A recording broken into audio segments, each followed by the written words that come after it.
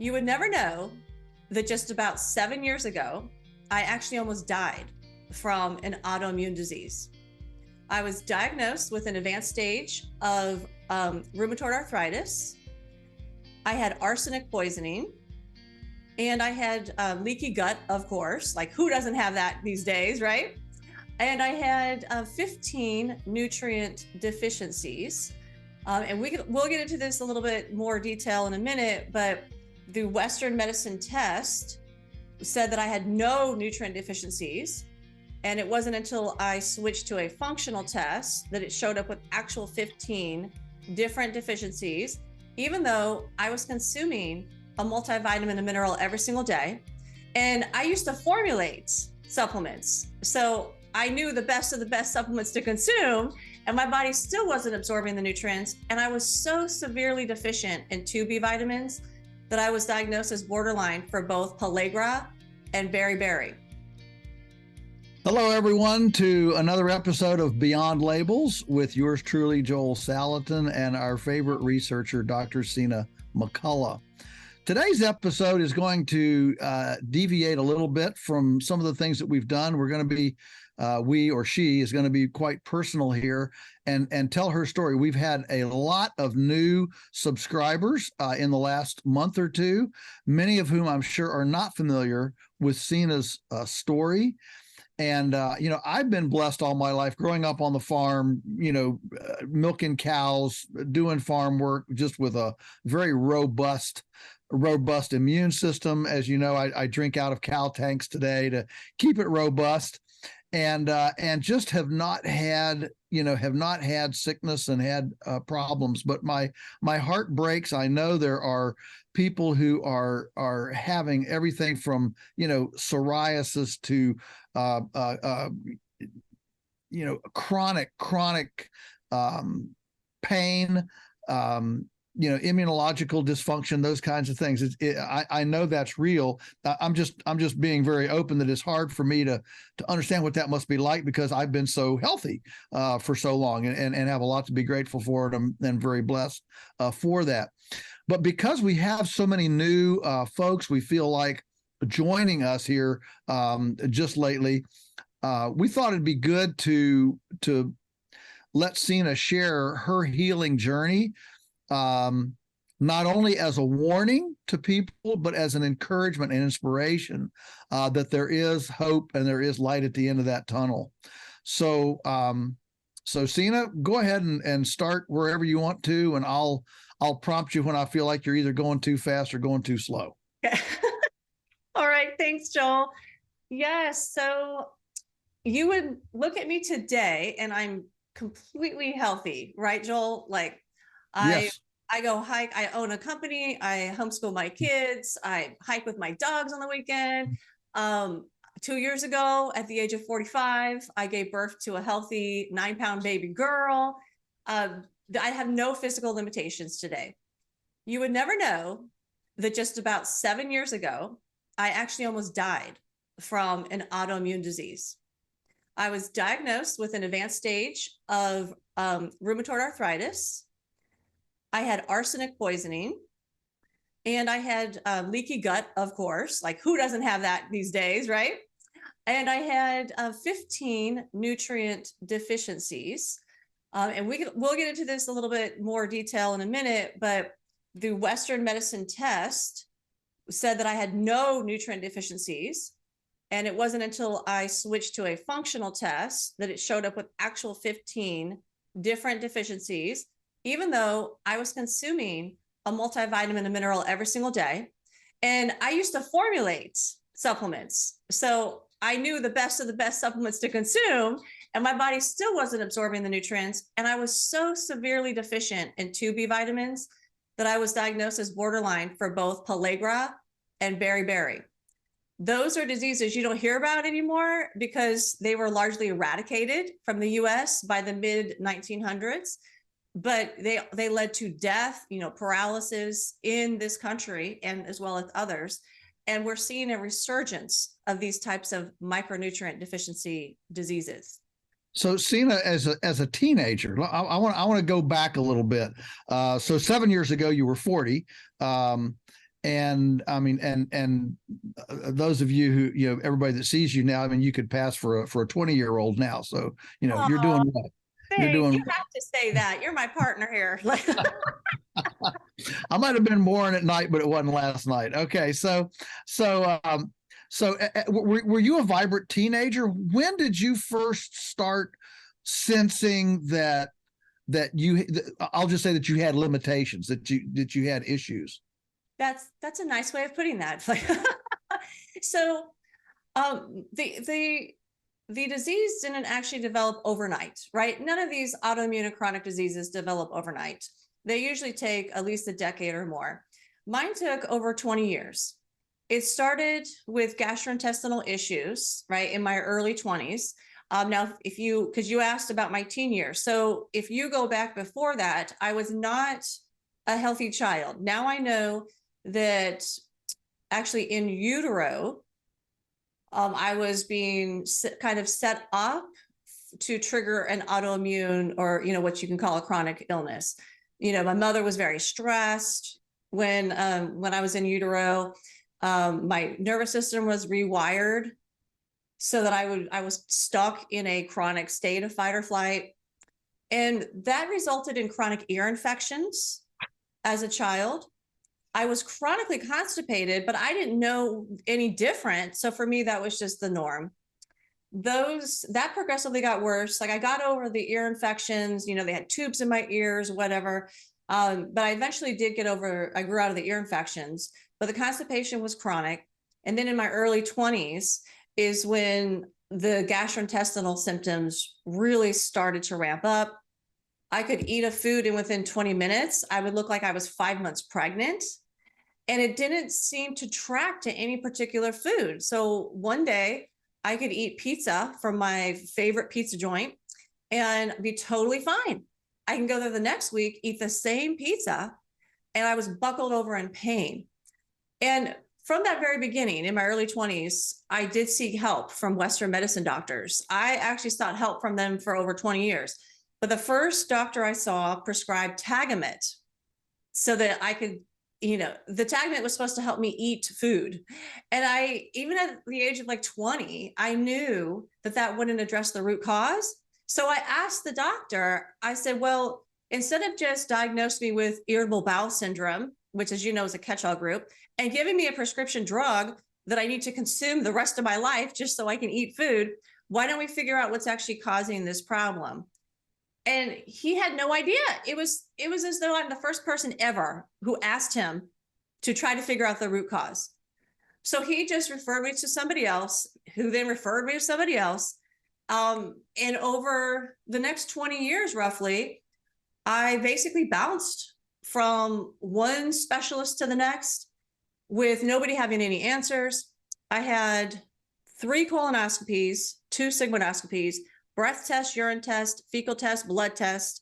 I even had exploratory surgery at one point, and nobody had any answers. No one did. Now, during this 20-year span, I was going downhill. My symptoms were getting worse, and they were increasing in number. So it moved from just gastrointestinal issues to severe nausea, brain fog, chronic sinus infections. So when I say chronic sinus infections, I mean like every 6 weeks, I was getting a sinus infection, and they would give me, of course, an antibiotic, which I would take. I didn't know any different at the time. It would go away, go away in quotes, and then it would come back. So I cycle through it every 6 weeks, roughly, to the point where eventually they said, you need to have surgery. You have a deviated septum. So I went along and I had the surgery, and it still didn't fix it. I also had a susceptibility to colds and flus. I was always getting sick, and I always was sick for about at least twice as long as everybody else in my family. And I had kidney stones that developed. That was actually when I was still an undergrad in college. I ended up with kidney stones. And this was the craziest thing. The doctors would say things like, well, you had kidney stone, that comes from consuming too much caffeine. You need to stop consuming caffeine. Well, I don't drink caffeine, Like, I mean, this has been something for my entire life. I don't drink soda. I don't drink coffee. I wasn't even consuming caffeine. So then a colonoscopy result would come back and they would say, okay, you have precancerous tumors, in your colon. This is one of the only things they actually found. They found these polyps in my gastrointestinal tract. And they said they were precancerous, could form into tumors. And to fix it, I needed to do two things. I needed to stop drinking alcohol and I needed to stop consuming red meats. Well, I did not consume alcohol, really never really have in my life. And, at least not any chronically. And I was vegan at the time, so I wasn't eating any kind of meat. So again, the information they were giving me just didn't make any sense, right?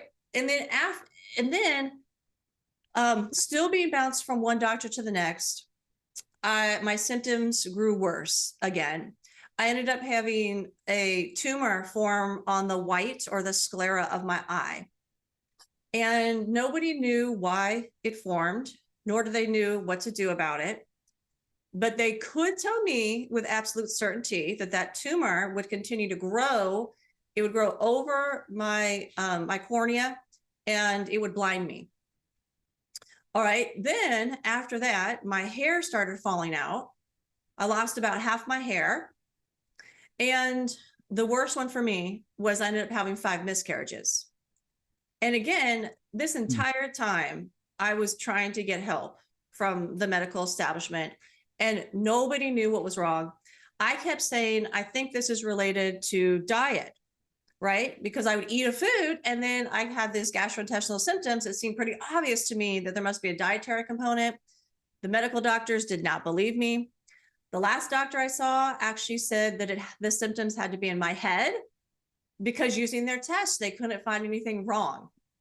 All right. And that was a real turning point for me.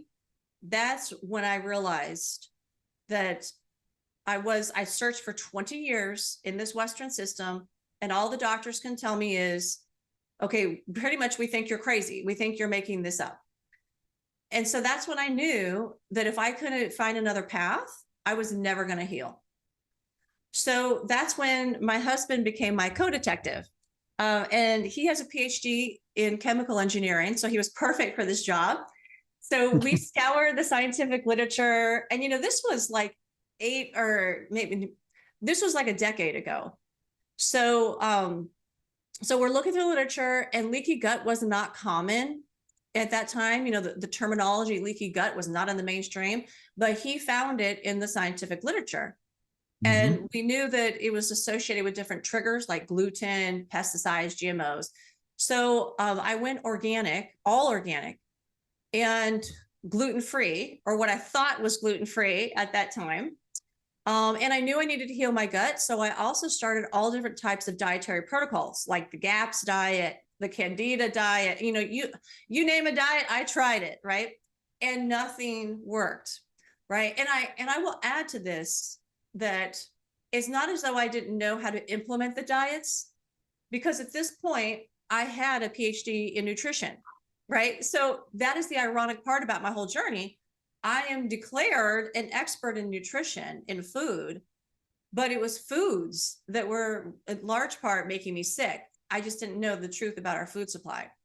So at this Sina, growing up through your childhood and all this, in your home, you were eating the standard American diet, I'm assuming, so you had there was no real discussion in your home growing up, and even once you got married, initially there was no whatever conscious intentionality about we eat that but we don't eat that because this one has chemicals and this one doesn't. It was just whatever's convenient, whatever's there, we just eat. So we did eat the standard American diet. Nobody had taught me about, that organic even existed or what that was, or that there were chemicals on the foods. Nobody in my family really read the label for contaminants, right? For what you and I would call now adulterants in the food supply. However, my mother was sick since her early 20s, right? Kind of mimicked my pattern. And she ended up having glomerular nephritis. It was this kidney disease that led to kidney failure. And so for as long as I can remember, my mother was on a restrictive diet that she got from her nephrologist. So we did read labels, but it was only for things like the fat content and the salt content. So you could imagine these Western medicine doctors, their dietary plan for my mother with kidney disease was no salt or very, very, very low salt, right? So all of our food didn't have salt added to it. Like never was salt added to our food, which you can imagine how gross that tasted. And they put on a very extremely low fat diet. So we had no fat. So you talk about egg beaters. Oh yeah. That's what we ate. Oh my, egg beaters. Oh, that's like now it makes me sick to my stomach. Like the epitome of processed gunk. Yeah. Yeah. Wow. So that's what I was raised on. I was raised to fear salt and I was raised to fear fat. And so what does that leave you with? A very high carbohydrate diet, right? And because I ate out of convenience and ate the way people ate around me, I ate a lot of processed foods. These were conventionally grown processed foods. I just didn't know any different. Now, but in my healing journey, I had gone all whole foods.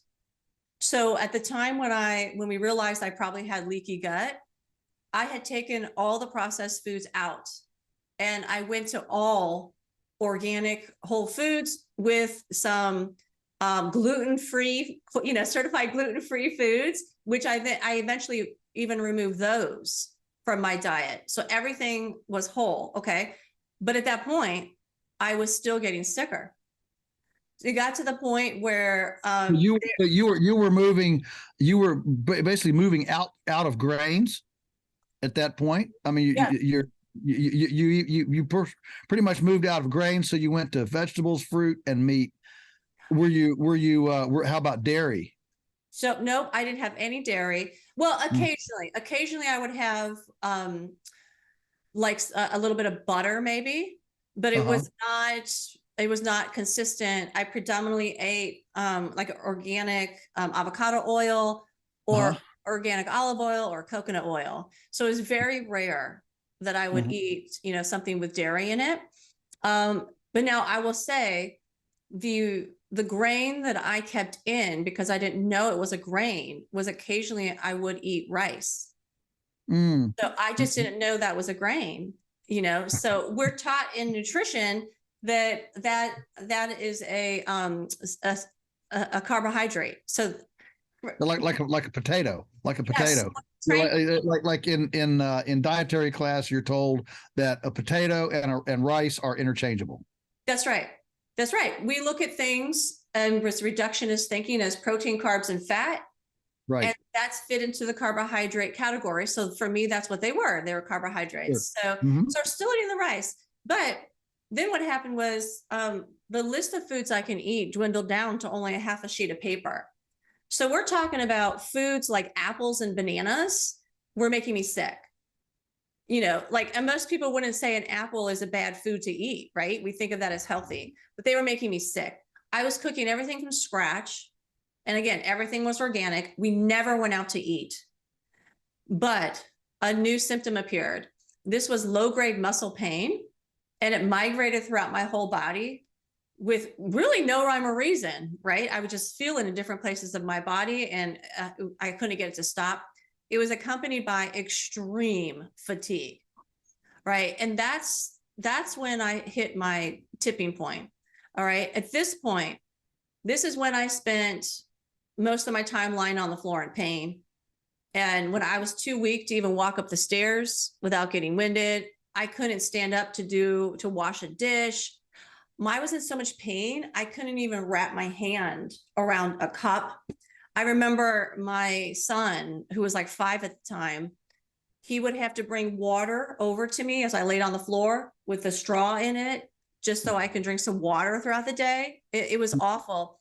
And this is when I hit rock bottom, because my whole family got the flu and they all recovered in a couple days, but I ended up having to go to the ER. Like they had to give me fluids and everything. It was really bad. And after that final insult of getting the flu, that's when I just spiraled downhill. And that's when we knew that for the first time in, over 20 years of searching for an answer, that's when I was actually scared, because I started the process of muscle wasting, like a cancer patient would experience. I would lose 15 pounds in a month, and I wasn't a big person to start with. I was I had a good weight to me, right? I wasn't overweight. I was healthy before I started this. So I lost 15 pounds in a month, even though I would eat constantly. I mean, Joel, I would take avocados, sprinkle some real salt on it, and just scoop the avocado and eat it. And I couldn't get the weight loss to stop. And so this was the point. And, as you think about this, I mean, knowing all we know now in hindsight, your body was starving. It was absolutely starving. And so just because you're ingesting material doesn't mean your nutrition is being satiated. And I think that's an important point for folks to understand, is that just because you're eating does not mean that your body is getting what it needs. And there's both the physical, and I know you're going to talk about the emotional component of this as well. So take us on to your next step. Thanks everyone for joining us for another podcast of Beyond Labels, and we look forward to seeing you next week.